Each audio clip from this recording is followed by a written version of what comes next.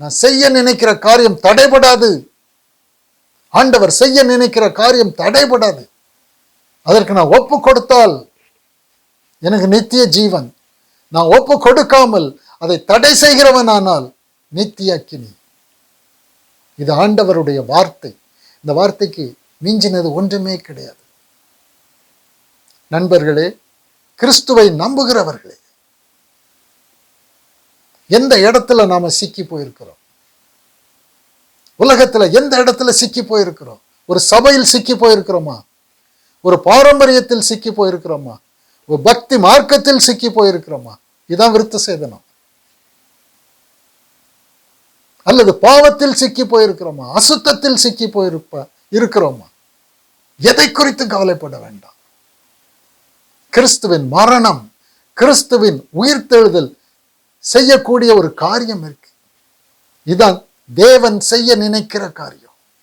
அந்த மரணத்தை நாம் ஏற்றுக்கொள்வோம். அந்த உயிர்த்தெழுதல் நம்முடைய உயிர்த்தெழுதல், ஆவிக்குரிய ஜீவனாக உயிர்த்தெழுந்தோம் என்று விசுவாசிக்கும் பொழுது நாம் எல்லா விதமான அடிமைத்தனத்தில் இருந்து நாம் விடுதலையாகி புதிய சிருஷ்டியாக மாறுகிறோம். இதான் தேவன் செய்ய நினைக்கிற காரியம். தேவன் செய்ய நினைக்கிற காரியத்துக்கு நாம் ஒப்பு கொடுப்போம். நித்திய ஜீவன் நமக்கு உண்டு.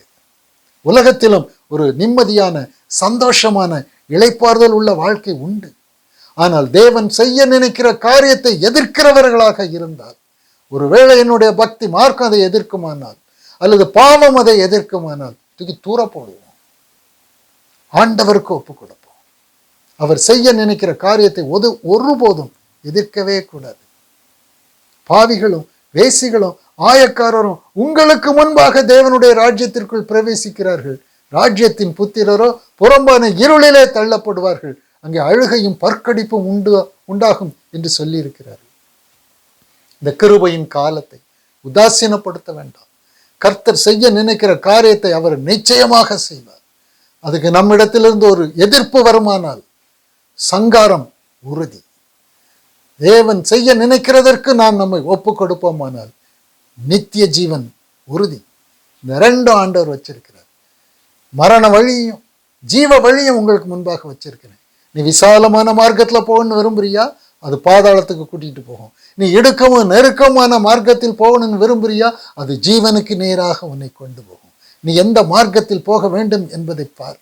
கேட்டுக்கு போகிற வாசல் வழி விசாலமாக இருக்கும், அநேகர் அதில் பிரவேசிப்பார்கள். ஜீவனுக்கு போகின்ற மார்க்கம் இடுக்கமும் வழி நெருக்கமாயிருக்கும். அதை கண்டுபிடிக்கிறவர்கள் சிலர். அதை நீ கண்டுபிடிக்கணும். அதை நாம கண்டுபிடிக்கணும். எந்த மார்க்கம் எனக்கு பிரியமான மார்க்கம் அக்கினிக்கு கூட்டிட்டு போகும். ஆனா தேவனுக்கு பிரியமான மார்க்கம் ஜீவனுக்கு அழைத்து கொண்டு போகும். இதான் நமக்கு முன்பாக ஆண்டவர் வைக்கிற காரியம். மனம் திரும்பணும்.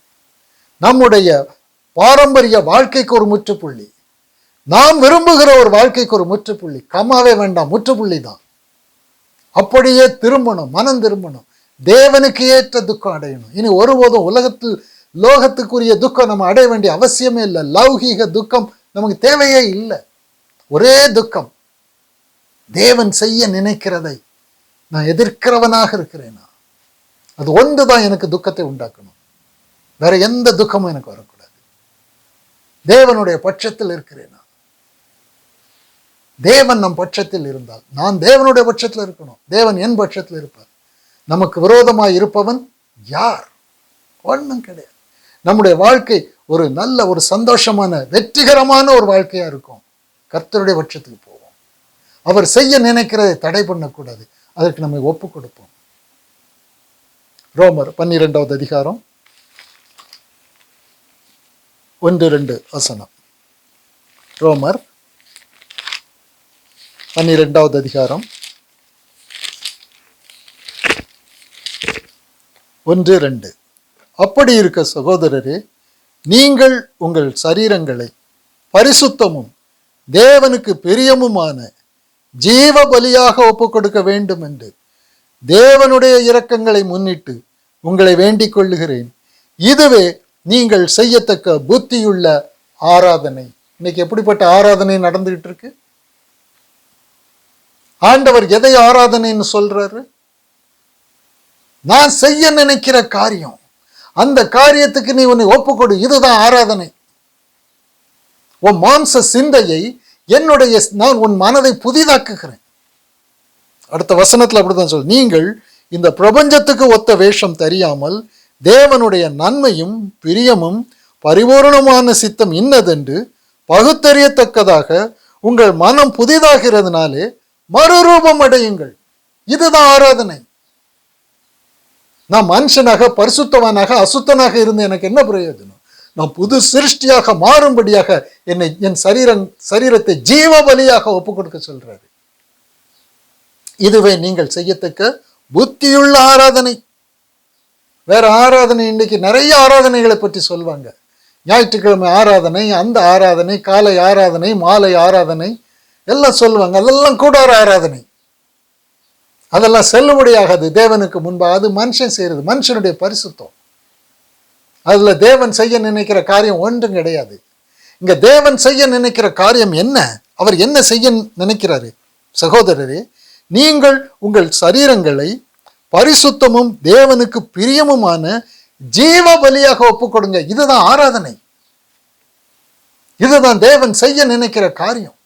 கிறிஸ்துவின் மரணத்தில் உங்கள் மரணம் சம்பவித்தது என்று விசுவாசிங்க. இதுதான் ஒப்பு கொடுக்கிறது.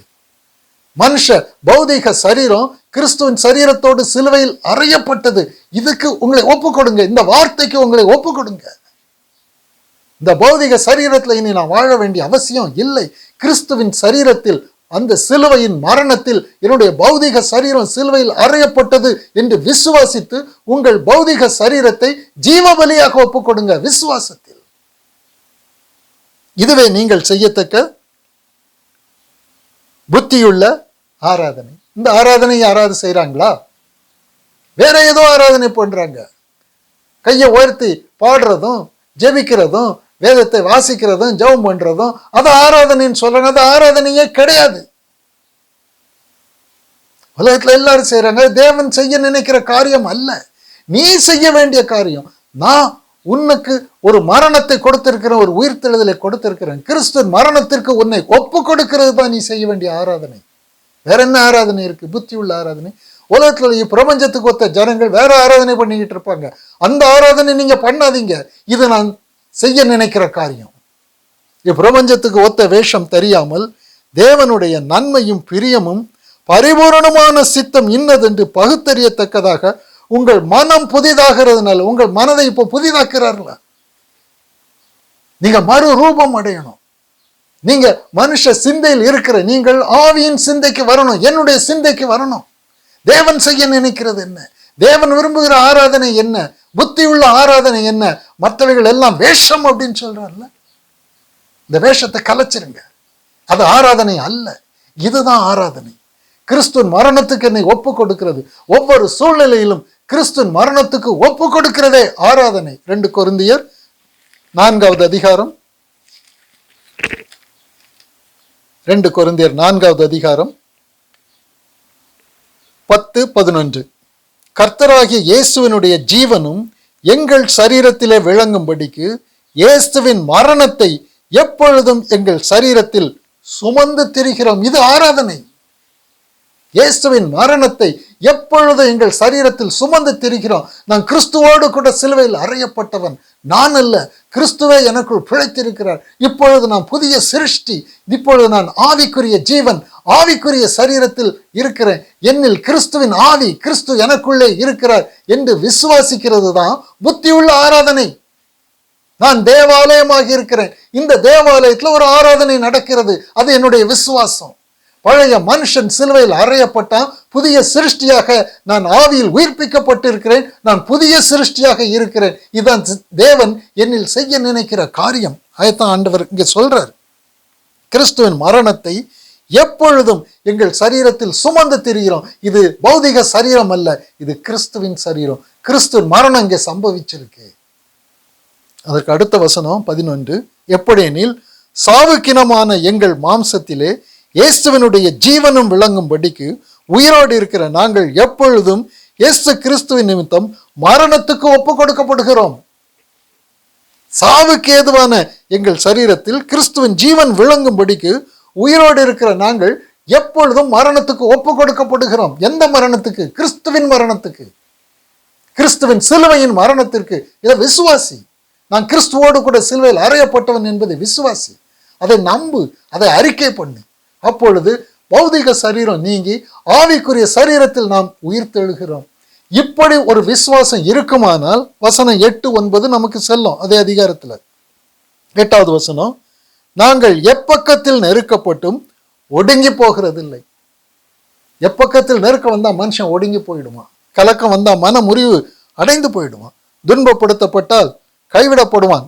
கீழே தள்ளப்பட்டால் மடிந்து போவான். இது எதுவும் எங்களுக்கு கிடையாது. பௌதிக மனுஷனுக்கு நேரிடுகிற எந்த உபத்திரமும் எங்களுக்கு கிடையாது. புது சிருஷ்டியானா பௌதிக மனுஷனுக்கு நேரிடுகிற ஆபத்து, விபத்து, அவனுக்கு இருக்கக்கூடிய சோர்வு, தவிப்பு, அவனுடைய எந்த விதமான கவலைகள், கண்ணீர் எதுவுமே புது சிருஷ்டிக்கு கிடையாது.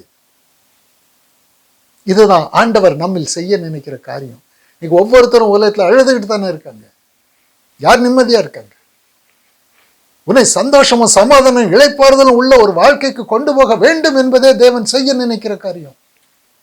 இதுக்கு நான் எதிர்ப்பு தெரிவித்தா?